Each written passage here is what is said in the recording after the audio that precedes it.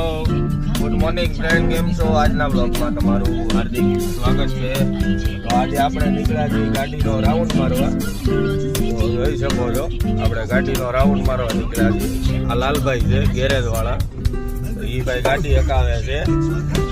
એ ભાઈને શરમ આવે છે વિડીયોમાં આવતા.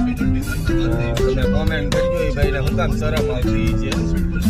કોઈ દી વિડીયોમાં આવ્યા ન હોય એટલે શરમ આવતી એવું હોય છે. અમે આવ્યા હતા રિંગ રોડે, આપણે સુરતમાં છીએ અમે અત્યારે.